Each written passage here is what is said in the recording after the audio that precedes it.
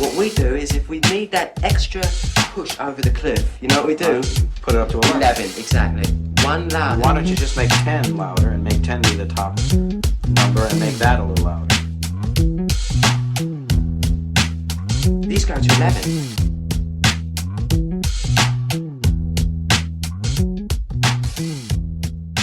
Good evening and welcome to Beatitudes Top 11 of Everything in Music. I'm Clive Morgan. And I'm Robert Roberts. And this week we're covering breakup albums. Great albums that were written during a breakup. Maybe albums that we've listened to during our own breakups. Yeah, no, definitely. Just songs of heartache, really. Yeah. So we're going to do our usual, pick 5 each with a bonus choice, and then we'll debate a bonus choice to make our final 11 by the end of the programme. So Rob, as usual, do you want to go first, matey? Okay, my first pick is Amy Winehouse, Back to Black, which was, as you know, like Rehab was ubiquitous at the time, but perhaps doesn't set the tone of the record. No, because that's more just about, more about her rather than more about the rock and roll and the drinking and so on. That's a great track. That was actually one of my thoughts for choices, to be honest. Yeah, I love that album. Yeah. No, I love that album. Great track. I think you can forget just how big it was and how ubiquitous it was. It was around everywhere. Well, she poured her soul and her heart into that album, didn't she? No, she did. Almost so it was a car crash of you would reflect what you saw on the tabloid front pages half the time, wouldn't it? Yeah, no, definitely. I think that's what a lot of the album is about, isn't it? The brutal honesty, which reflects a sort of a breakup of a violent relationship, which is in this sort of media eye, isn't it? Sort of thing. And it's sort of like, it's very ridden with anguish and anxiety, and you can really see that in the title track, Back to Black. Yeah. And Love is a Losing Game. I love that tune. There's a brutal honesty in her vocals, and a really brutal honesty in the lyrics as well. The production's great on that album as well, isn't it? Mark Ronson's production is amazing, fantastic. I think the honesty of the vocals and her lyrics deliver a testament to a really raw and unique talent, I think. Yeah. You know what I mean? And going back to, you're right, the production is actually spot. That sort of, it doesn't become a pastiche. No, it doesn't, does it? It has modern context. It's very contemporary. With nods to Etta James and the Shirelles and and everything she loved, really. And jazz music as well. I think she made a masterpiece with that album. It's such a shame we lost her, really. Yeah, no, absolutely. Yeah, no, it beggars belief, doesn't it? It's a genuine heartbreak. It is. Oh, Blakey, as she used to sort of call him. About Blake. What is his full name? I don't know, but fucked her up though, didn't he? And he did, he fucked her up truly. Yeah. And even like the call outs and almost because there was an interview with her dad after she died, and he was like, he kind of saw the signs, but even in that record, there's little cries out for help in there. Like, Oh yeah, I think it is a cry from the heart. I think it is. There's a bit of help in there. Yeah. Help me, sort of thing. I think definitely. It's a great album, and sometimes it's someone has to really suffer to make a great album. That great question about do you have to suffer for your art? Definitely. Yeah. She did for that, didn't she? She definitely did for that. Yeah, and drinking alone on the kitchen floor late at night. Yeah, that's in the video to one of the tracks. Yeah. It's just that'll always remind me of Amy. Yeah, great album. What's your next choice? My next choice is Nick Cave and the Bad Seeds, The Boatman's Call, which was recorded in 1997 and was recorded around Nick Cave's breakup with his then wife, Vivian Canori, with whom he was married to for 6 years and had a child with, and it also centred around a subsequent relationship with the musician and singer PJ Harvey.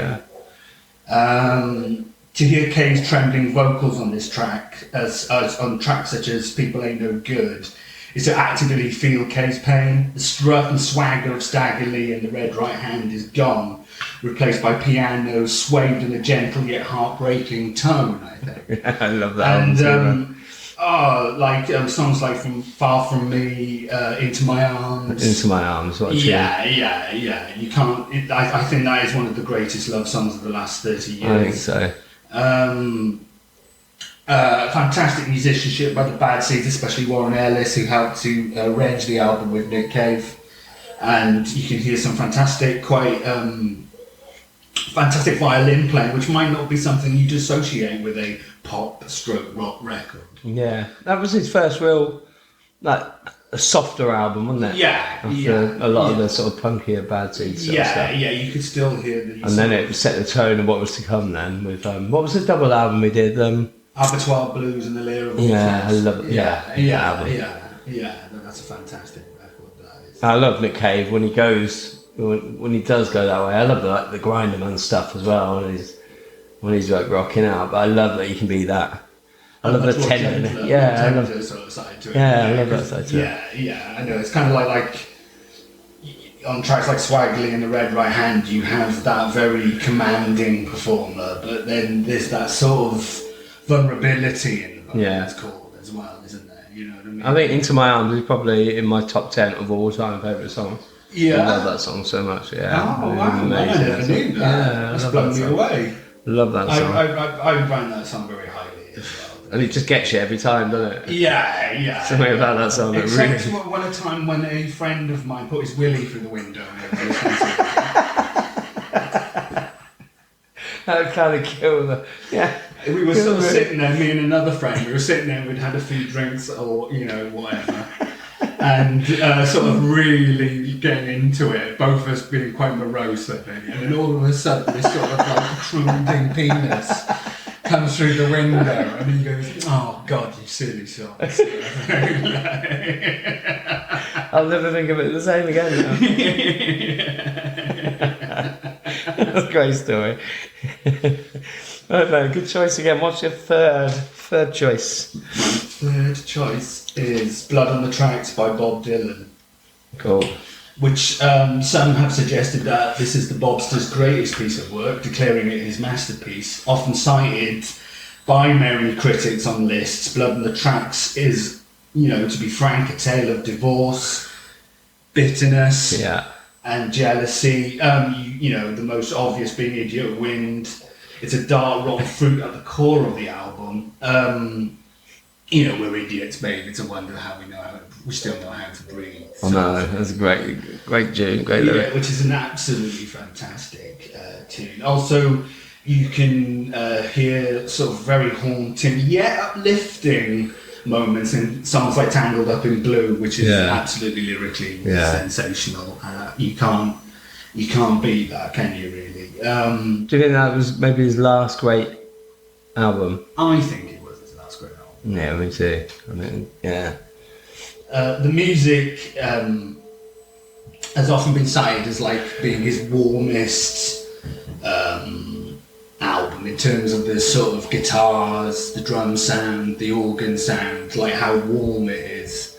But yet still with those absolutely fantastic lyrics, which are filled with venom, juxtaposed with a lot of pathos as well. Yeah. There's an underlying sadness to it, and there's a despair to that. There's a despair and definitely a bitterness. Yeah, definitely. What do you think of it? I love Blood on the Tracks. Yeah. I mean, it was always into the earlier Dylan. I struggled to get into the later stuff. Yeah. I think I stopped at Blood on the Tracks. Zaya and Blood on the Tracks, I think, are the two 70s albums that I do really put out. Yeah, me too. I think it's got some fantastic songs. But it's more hopeful, isn't it? Yeah. Better times. The Troubadour is coming back. Yeah. Isn't it? Like the Wandering Minstrel. The sort of this downcast Dylan who's singing about people lying about him in the press and cheating on him. It's I'm glad we got a Dylan album in there, man. Cool, mate. What's your next one? What's the next one? I've gone for a little bit of a more modern choice in Kanye West's 808s and Heartbreak. Okay, actually. Cool.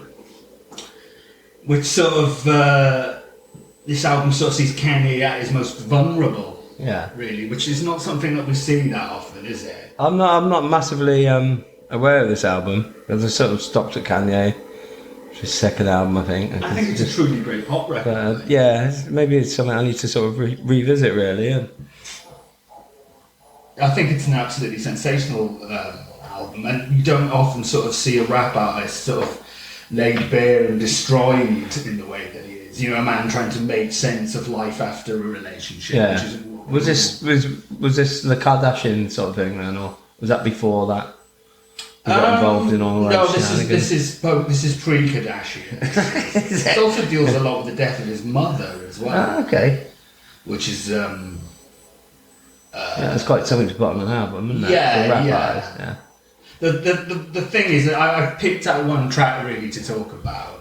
The track which is the centre point of the album, its conceptual culmination is the outstanding track of the album, Love Lockdown. Yeah. And it's got this fantastic bass TR-808 drum machine, and then it's got distorted vocals over it, and a very lovely, beautiful, simple piano motif, and then all of a sudden it's sort of like the introduction gives way to these drums, right, that are so sort of animalistic and so full of like outrageous power. It's like it really comes from the gut, and you can really feel like what he's sort of feeling. And you know, I'm a big Frank Ocean fan, and I'm a big Channel Orange fan, and I think that owes a hell of a lot to this album, 808s and Heartbreak. Yeah. And you know, anybody younger out there with like into Drake and Kid Cudi, I think they've been, and Frank Ocean, I think they've been massively influenced by this album, like 88. Yeah. Do you think that opened up the new age of hip hop then? Perhaps so. I'm not a big fan of Drake. No, I'm not a fan of Drake. I'll put it out there, but I was just sort of putting the influence of the album. So a lot of kids are into Drake. I'm not into Kid Cudi either. No. I'm in the Frank Ocean over it. Yeah. But do I think like the good things, yeah. Like because Channel Orange has got a lot of jazzy, experimental kind of loops on it, and not playing on it, and so does this record. And I think my argument, see, because I know there's a lot of hardcore hip hop fans out there, they'll probably really hate me for saying this, but I don't think of it as a hip hop record. I think of it as a great Michael Jackson pop record. Prince. That's alright, though. That's good, man. That's good. I don't see it as a sort of solid gold, easy action hip hop album. I see it as just a fine, bloody good pop album. Yeah. You know? That's good. That's all you want, isn't it? Yeah. If you don't like 808s and Heartbreak, do try some of the others, like My Beautiful Dark Twisted Fantasy, or maybe Yeezers, which is a much more harder album, produced by Daft Punk. Yeah. And I think that's a great record as well. But he's gone a bit of astray now, I think. Yeah, I've heard a lot of people say that. Yeah. Well, mate, what's your final choice before your bonus one? It is classic. I've gone for Rid of Me by PJ Harvey. I've got Nick Cave. The link there, Harvey, perfect link back to the Nick Cave one. Yeah. It was made when she was only 23. Wow. And it's also the album that Nirvana listened to get Steve Albini in to produce it. Was it? Yeah. I didn't even know that. Oh, wow. And you can hear Steve Albini all over it, really. Yeah. Which, it is sort of like a woman exercising a breakup by howling her way through it. All 14 tracks. Not in the Yoko way. Just like howls her way through it. Do you know what I mean? And like, talks about murder, the book of Genesis, and talks a lot about desire and lust and female lust. The great line to lick her legs, basically. She says, lick my legs, and screams it, and howls it, and wails it all over.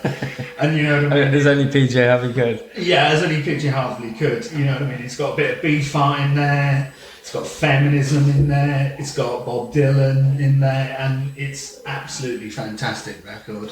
The prevailing preoccupation is with love as a form of violence, I believe.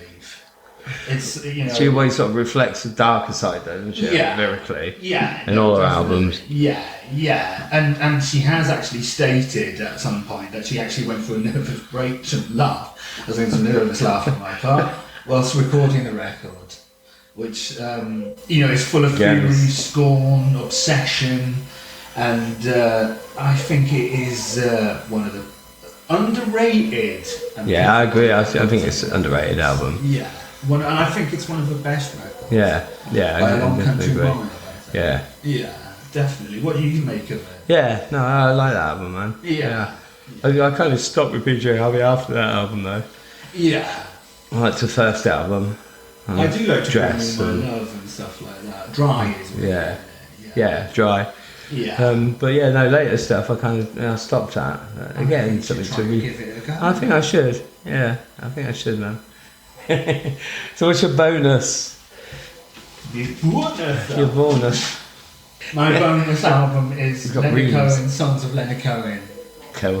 which is like, basically he is the master of misery. Yeah, he is. Yeah, he definitely is. You know what I mean? And anybody who thinks he's American, always remember he's Canadian. And he is the folk troubadour, isn't he? He is the folk Patron saint troubadour. and poet laureate of the broken-hearted. Do you know what I Yeah, mean? definitely. And this was his debut album, and he sort of crafts these sort of very songs that are in mourning about the end of love. Notably, So Long Marianne, which is actually, and then I'm kind of contradicting myself, is a kind of jaunty farewell of a former lover. But as you move on, you go to a more ghostly track, as in Hey, That's No Way to Say Goodbye, which was... I love that tune. Which was inspired by a verbal fight with one of Cohen's many lovers. Dark, downbeat, yet as philosophical as Albert Camus novel, this album is a must for anybody experiencing extremely painful and emotional breakup. Who said that? I did. Perfect, man. I love it. Yeah, that's perfect. Because you've got that beautiful production, haven't you, where it's just him on that acoustic guitar and then him with the baritone voice and those beautiful female singers. Yeah. And then you can feel the anguish, and there's a certain kind of beauty to it, I think. I love that, especially early Leonard Cohen. Struggle a bit with the later stuff, although there's some great tunes in there still. Still some great lyrics. Yeah. Yeah. But yeah, no, great choice, mate. Yeah. Cool. So that's your bonus one. So we'll come back to that one then. Okay, so my first one ties in quite nicely with that. It's a band that were massive fans of Cohen, still are. They recorded a whole Cohen tribute album, and that's First Aid Kit, and their album from 2018 called Ruins, which I think is one of the most underrated You're albums. going to have to help me through this. I feel, man, you need to listen to it. I love this I album. will give it a listen to Yeah. it. If you give 808 a heart, Okay, that's a deal. I'll listen to that. Okay, man, that's a deal. This week. Right, man. We're coming from different. We're contemporary though. We are. That's cool. And I don't know much about this album. I'm sorry. I love it. This is the album that really got me into it, and then I went backwards then through their earlier stuff. But this album, it was their fourth album, and their the singer Clara Soderbergh's relationship had ended. She said herself, this album, it's the ruins of a relationship. How sad it is, but also how beautiful it was. That's all you have left in the end.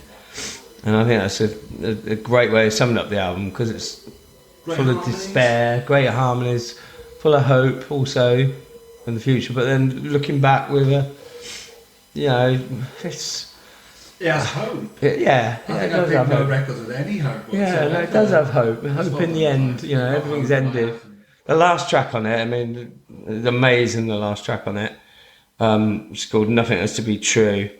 And I think I told you this story before. Jack White gifted her a 1928 Gibson guitar. Yeah. Like just before, when she was recording these songs. She was a bit down because of her breakup. And she wrote Nothing Has to Be True on it. And never heard a guitar sound like it. It's beautiful.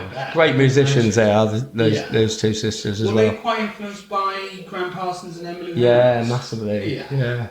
Cool. They did a was Car a- Family. yeah, I think so. Yeah, there was an Emmy Lou tribute thing on in America, and they played like a set, and they played. Well, they actually got a song called Emmy Lou. And they played that for her, and she fell in love with them. And then, you know, that's the ultimate accolade, isn't it? You know, the heroes. That's what you need, isn't it? But I think, I just think that's, for me, it's one of the greatest breakup albums I've ever heard. But not in a I'm going to put this on, slip my wrist kind of way. It's not an Leonard Cohen kind of thing. no, it's a bit more hopeful. Yeah. So that's my first choice, man. That's a good one, man. I'll have to listen to it. Oh yeah, please do. I will do. Because I know you love it. Cool. I know I probably love fucking Kanye one, man. We'll do it. We'll do it this week. Okay, right. My second choice, I know you'll agree with this one anyway, is Beck, Sea Change. Oh, fantastic. From 2002. This was Beck's 8th album, believe it or not. Oh, we've made it into the 21st century. We have, I know. Finally. So this album was recorded in LA. It's often cryptic and ironic lyrics are replaced by more sincere, intimate lyrical content, I think, on this album. No, I think you're right. Yeah. Live instrumentation rather than like relying on samples like Odelay, and I think Odelay's an amazing album. But probably my second favourite Beck album. But I think this not just because it's a great breakup album, but I think this is his best record. You think it's his best record? Yeah, I really do. Man. I love this album. So yeah, he cited the breakup with his fiance as a major influence on this album. Yeah. She actually cheated on him, so it was even more painful. Wasn't there a break from Scientology, or was that a myth? I'm not sure about that. Yeah, because I've heard this as well. Yeah. Yeah. I'm not too sure about that as well. The sort of truth that lies behind that. Yeah, and I wonder if it's in there anyway. Yeah. I'm trying to think now through some of the songs. I don't know. But so that was a major influence for this album. He wrote most of the 12 songs in 1 week, which as well, it shows he threw himself totally into it. And there's just some great tracks on this album, and there, Lost Cause. Yeah, that's a fantastic song. I love that. I Guess I'm Doing Fine. Yeah. Golden Age. Track by track, it's just amazing. I love it anyway. It's a great Is album. there a homage to Shields Excuse me. Yeah, definitely. Gainsbourg. Yeah, I think throughout the whole album in a way. Anyway. Yeah. I think he's got that. He's definitely got that surge thing about him, hasn't he? That dandy. Right, my third choice. I definitely need to swing this one your way as well. It's now from 2021, so we're right up to date. And this is by Birdie, and it's called Young Heart. I don't think she gets enough recognition for being such a great songwriter, to be honest. I don't know whether it's a British thing or we just don't hold up. I don't know what it is. Doesn't seem to. A lot of people don't seem to know about her stuff. Well, I'm completely ignorant. I think you'd love this album, man. It was So this was her 4th album. Still in her early 20s. So again, a bit like PJ Harvey. She started young with all this talent. But she suffered a breakup and listened to a lot of music of Etta James, Nina Simone for emotional support. She went to India before she ended up in a log cabin in California, trying to find a bit of inspiration, a bit of hope, where she was going. She was on the journey to find herself. She was, breakup, as you do. Yeah, but she actually said it helped in a way because it gave the album, being in California, it gave it a kind of 70s Laurel Canyon feel. No, I can relate to that. I'm not the biggest fan of Joni Mitchell, but you can tell she listened to a lot of Joni Mitchell. I think she does it so much fucking better. So she called the album a heartbreak album. It was eventually recorded in Nashville. So you get you get that lovely sort of country sound on it, but it's really stripped down as well. Instrumentation, she's a great guitarist as well. Yeah. Great pianist, just all round talent really. Like multi-instrumental, multi-talent. Yeah, it really is. And the voice, I love the voice.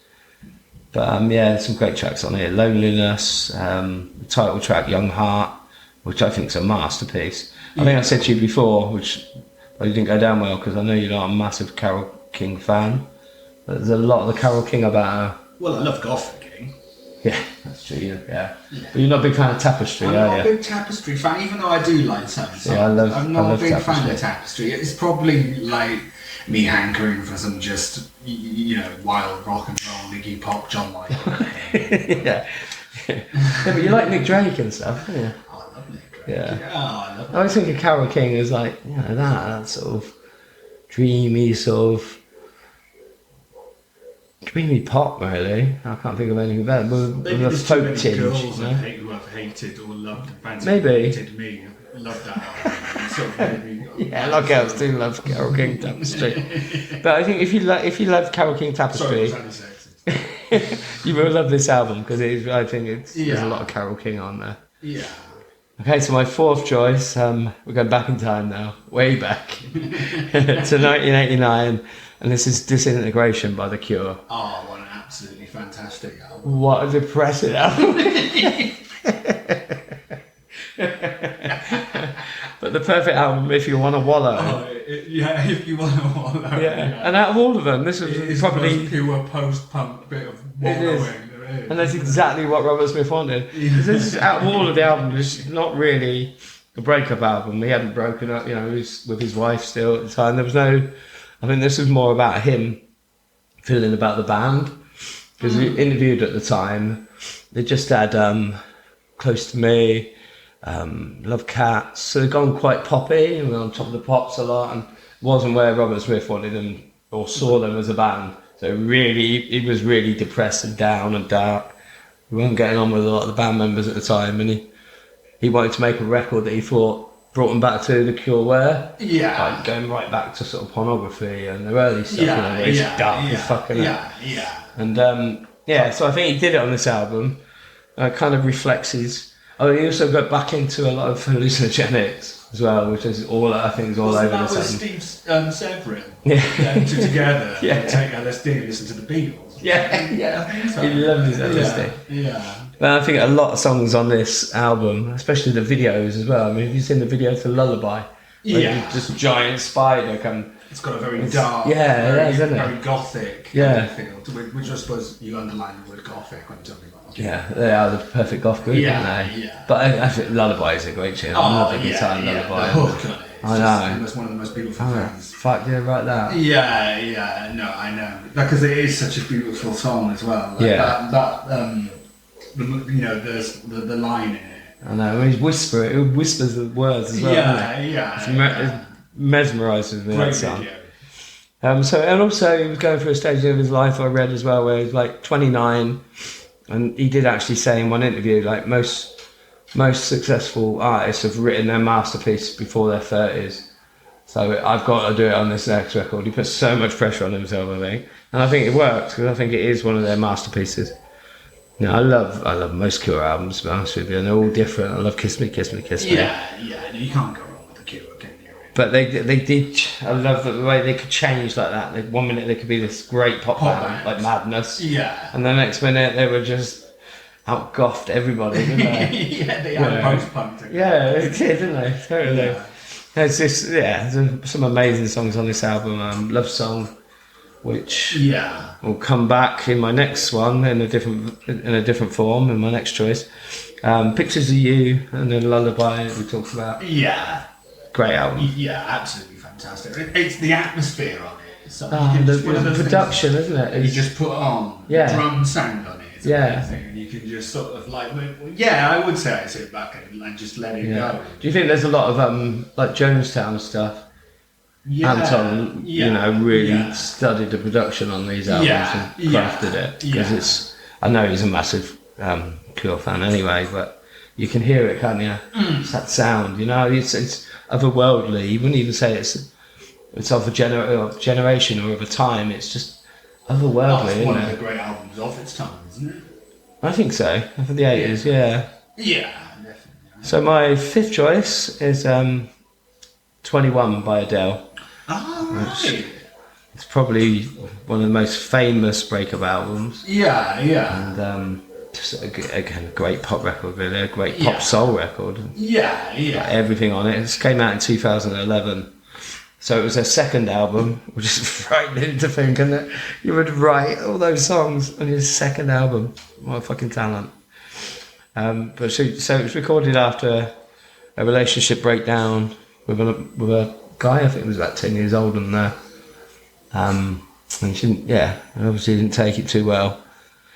There's a lot on this album, I think, where it's a mixture of revenge, bitterness, hate, but then also there's some lovely tender moments. I think like Rolling in the Deep is like the ultimate revenge song. Yeah. You know, she's almost like cursing him with that, and I think that's song. so true. It is a great song. Yeah, and that was written only hours after they broke up. She just sat down and wrote it, and she called it herself a dark bluesy gospel disco tune, which was written in response to disparaging comments he made towards me in an argument. So just to sit down and write a tune like that. I like the musical ideas that you put together. Yeah. And the great thing about this album as well is like chronologically from first track to last, she's going through, so she tries to sequence the different emotions of a breakup. So it starts off bitter, angry, then it goes into a more kind of sad, regretful, remorseful, and then towards the last song, almost an acceptance. That's it. Okay, we're over. And the song that sums it up, I think, is "Someone Like You," the closing track. Yeah. Which is an amazing song, I think. Just to sit down at the piano and write that, it still sounds as good today. A beautiful song. Oh, it will stand the test of time when it in people's. I think so. Yeah. I think that's the only thing with Adele, and I think I found that more on her last album, is when it would get to the point of. I think she got to that on the last album. For me, it wasn't the same. There wasn't as much on there that seemed as real, if you know what I mean. Yeah. It's a lot more. Do you think it's sort of become a bit formulaic? Maybe. Yeah, maybe that's just because what works and what sells, but I think she'd hate that herself. Yeah. If she thought that. So, I'm not saying that, Adele, okay? Just putting it out there. She'll fucking be on it, otherwise she'll have us. Because that's what she does. But no, maybe it's because she explored it all so early. You know, the first album's a masterpiece, and there's a lot of. Listen to a lot of Dylan, and that comes out on that first album. I think. Yeah. And the way she covers "Make You Feel My Love." Yeah. Gets me every fucking time. Goosebumps, man. And I love Dylan's version of that. Yeah. And the second, this one, and then 25, I think it's a great album as well. So maybe she just recorded her great trilogy. Yeah. Her first 3 albums, which is unusual, isn't it? But hopefully she will. It must be so hard when you're that big and that famous, you know. She can't play intimate gigs, can she? Kind of sort of. She was gonna play fucking Vegas, man.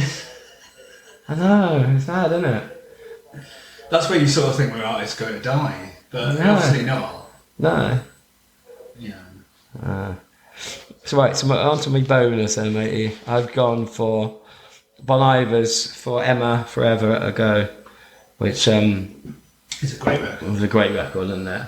Yeah. Do you feel, because it depends what mood I'm in. Sometimes I can find it as quite a dark sort of. There's no hope in it. I'm just literally gonna go and live in a log cabin and never resurface. And other times it's quite a hopeful "Some for the Curtains." Yeah. Let's face a new day kind of record. Yeah. It's quite an interesting question, actually. Depends on your mood with this album, I think. It doesn't dictate. I think for me it's got does have a sort of it's not a sort of dark despair sort of melancholy to it. There's a sort of more lighter shade of melancholy. Maybe that, I don't know if that's got anything to do with him being amongst nature and now in that log. Because it has got that, hasn't it? It's got a very Fleet Foxes kind of feel to it as well, hasn't it? It's got a very bucolic kind of feel to it, hasn't it? Yeah, and I love this record for that. I think it set the tone for a lot of those bands that were to come, that sort of folk revival. Yeah. Even though it's not a folk album as such, but because it's very stripped down and it's very minimal, isn't it? Oh, I think it was a massive record at its time. And "Skinny Love," which is one of the tracks. It's just an absolutely sensational track. Yeah, and going back to "Birdie," I think she covered that on her first or second album. Yeah. She does a great version of that as well. But "Skinny Love's a great tune, isn't it? Because Flume is absolutely fantastic. There's some great lyrics. Yeah, it's a great album. So it was basically, when it was first released, it was self-released in 2007, which I didn't know until I was reading up on it the other day. And then it was officially given a wide release in 2008, after it sold out really, basically. So principally it was the work of singer-songwriter Justin Vernon.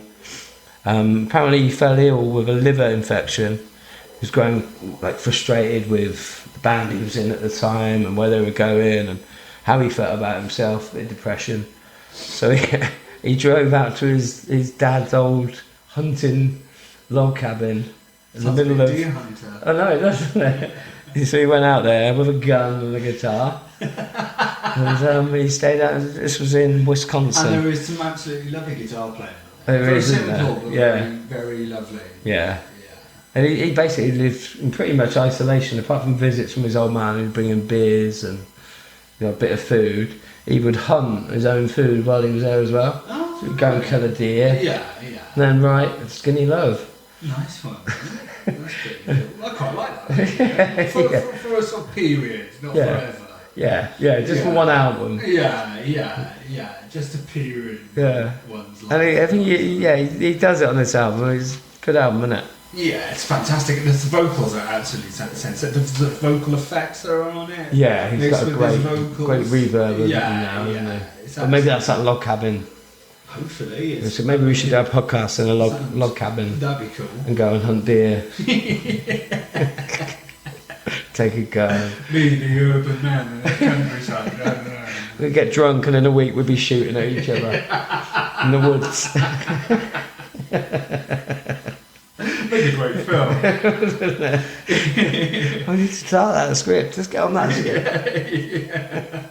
But It's some sort of cross between I don't know, Straw Dogs meets I don't know, think of those great sort of claustrophobic movies. It's got to be something. I can't think of something. Yeah, amazing. The 70s based. Yeah. However good I think this album is, I don't think if we're going to pick our bonus choice now, it stands up to old Leonard. Oh God, I'm willing to give it to you, man. Really, over Leonard? I don't know. I might argue against you on this one, because I would have probably picked a Leonard Cohen album anyway. Yeah. And I could have picked any of the first 2 or 3. That's a difficult choice, that is. I would pick Leonard Cohen just because I'm a massive Leonard Cohen. I agree. I think we should go for Leonard Cohen as our 11th choice. Okay. Alright, Leonard Cohen it is then. Cool. Nice one, man. Cool. And that completes our Heartbreak albums. You can find what we'll do. We'll put them up on the YouTube channel anyway. All the albums, so you can listen through them. And let us know what you think and comments. And and don't bother getting in touch with Dale. That's all right. You don't need to. We can't afford it. And thanks for listening anyway. I'll see you next time.